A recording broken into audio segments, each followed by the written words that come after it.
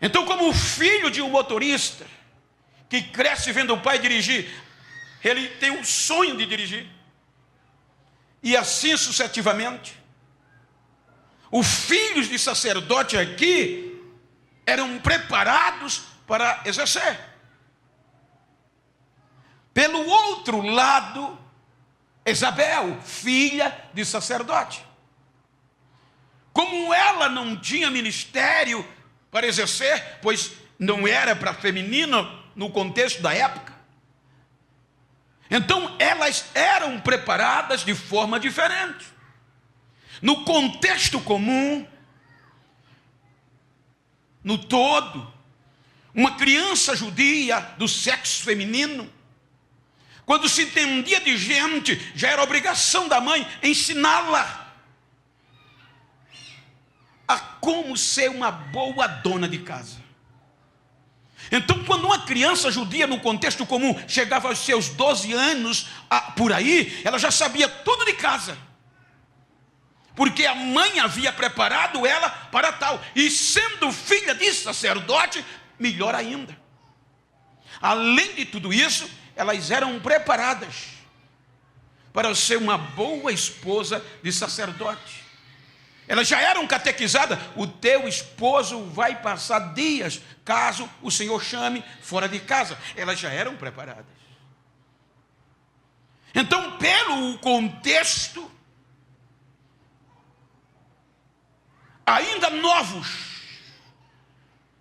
Se os irmãos lerem do capítulo 1, versículo 5 por diante, vão ver que o próprio Lucas diz: irrepreensíveis e justos em todos os preceitos de Deus. Eram jovens que ninguém tinha o direito de apontar o dedo. Eram jovens diferenciados, crentes, a ponto de serem irrepreensíveis. Como na época a moça ou o moço não tinham o direito de olhar um para o outro e acertar o namoro. Eram os pais. O pai do noivo escolhia a moça e negociava com a família da moça. Na maioria das vezes tinha noivo, como ainda tem hoje. Eu digo com garantia porque eu tenho amigos que vivem isso e que me diz: pastor, eu só conheci a minha esposa no dia do casamento. Porque toda negociação é entre os pais, a família, só cabe a ele pagar o dote. Então a Bíblia diz que ainda novos, o pai de Zacarias escolhe quem? Uma filha de sacerdote, pois era conselho de Deus, é necessário que um sacerdote case com uma filha de sacerdote. Então o pai de Zacarias escolhe logo quem? Isabel, uma moça preparada para ser uma boa esposa de sacerdote. E eles casam-se. E ela tinha perspectiva como cultural de ser uma boa esposa sacerdotal e proliferar, que era o que dava honra a uma mulher, mais do que todas, a semente, a proliferação, filhos. Então a família já casa com a perspectiva: este casal vai ser a nossa alegria. Quando eles casavam-se, depois da lua de mel, contava-se um ano, no máximo, para a semente vir. Se a gravidez não viesse, o pai do noivo e da noiva e a família ia bater na porta. O que é que houve que não veio o filho? Você quer nos levar à vergonha? Então, com tudo isso, criados irrepreensíveis, como não tinha pré-natal nem ressonância, foi toda preparada, mas ninguém sabia que ela era estéril. Quando completa um ano de casados, a família bate na porta. Cadê o filho que não veio? Era vergonha para a família de ambos. Então, a partir daqui, é complicado entender. Porque era aqui que todo o preparo parecia ter acabado. Porque a vergonha chegou.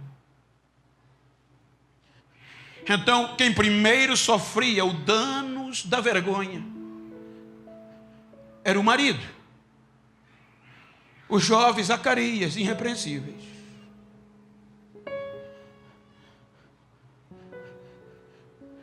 Eles tinham direito, é cultural. Por exemplo, se eu fosse um judeu nesta época, e o pastor fosse meu irmão, quem tinha direito de orientar seus filhos era eu, como tio. Se o seu filho ia casar, quem ia permitir era eu. Ia aconselhá-lo. E isso tinha reunião familiar constantemente. Então, quando o filho não vinha, se eu me casasse, se eu não tivesse filho, não gerasse filho, a primeira coisa que eu sofria era ser excluído da reunião. Eu não fazia mais parte da reunião da família, porque eu perdi o direito de voz, porque eu não tinha como exemplificar. Pelo outro lado, a mulher casava segundo a lei.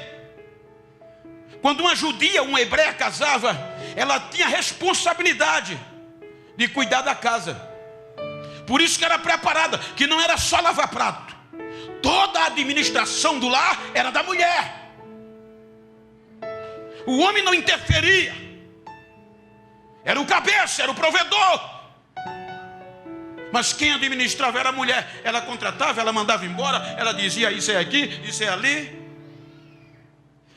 Mas quando ela não tinha filhos, ela perdia esse direito. Porque quem ia mandar na casa agora era a sogra. Porque ela se tornou um opróbrio, uma vergonha para as famílias. Era tirado isso dela.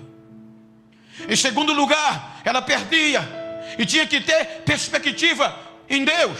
Porque a partir daqui, as cunhadas dela começavam a tentar dissimular para ela ir embora. As cunhadas vendo o irmão zoado na rua, passando vergonha na comunidade, excluído da família, da reunião. As cunhadas chegavam e diziam: vai embora, para que venha outra, e meu irmão produza filhos. Então a pressão vinha. Então é aqui que a vergonha chega. E é aqui que eles começam a orar. Quando a vergonha chega. Dá para perceber ainda novos. Nas vossas tendas, nas vossas casas, não sei. Um de um lado da cama, outro de outro. Senhor, nos dar um filho. Nós somos crentes. Olhe nós. A vergonha chegou. E queremos um filho, Senhor, para tirar a nossa vergonha. Baixinho o teclado, por favor. O filho não vem. O silêncio toma conta. Deus não responde. E eu costumo dizer que o difícil não é a resposta de Deus. Às vezes até um não de Deus dá para suportar. Mas o difícil é quando Ele não diz sim e nem diz não. O difícil é manter-se vivo enquanto Ele está em silêncio. Quando Ele não diz sim nem diz não. Agora os amigos, as amigas, Elaine, para que ser tão irrepreensíveis? Símbolo de vergonha, de opróbrio. O tempo vai passando, chega a 30 anos. Zacarias, com 30 anos, assume e é efetivado ao ministério. Agora olha um ponto pejorativo. Com base bíblica nessa história, um jovem judeu era efetivado com 30 anos ao ministério. E ele tinha o direito de exercer por 50 anos o ministério. Isso chegava a quase 80 anos.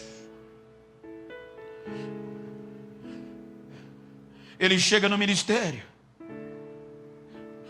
com uma marca de vergonha, de improdutivo. Talvez os companheiros que foram consagrados juntos, que já estavam. Você já pensou?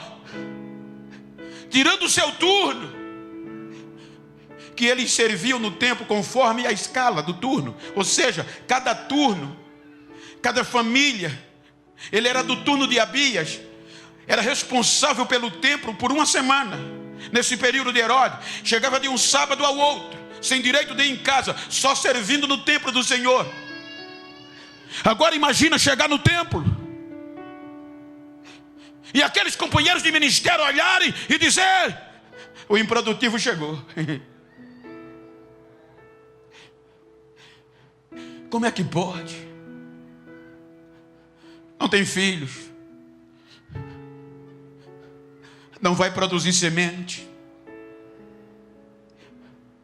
é fadado o fracasso. E talvez ele chegando nos cantos, orando ele e Isabel, e Deus não responde.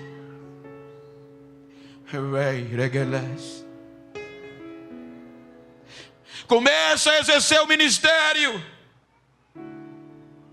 o tempo passa, e cada vez ficando pior. Não era visto mais. Entrava para servir e a história ocultava. É improdutivo e a mulher é estéril.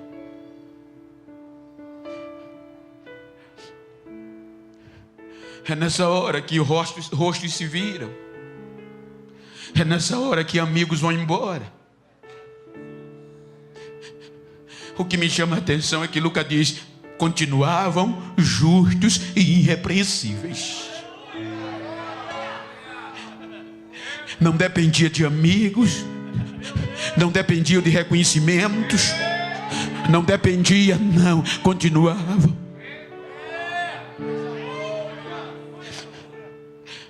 Diga para quem está ao seu lado: o segredo é se manter vivo em meio ao desprezo.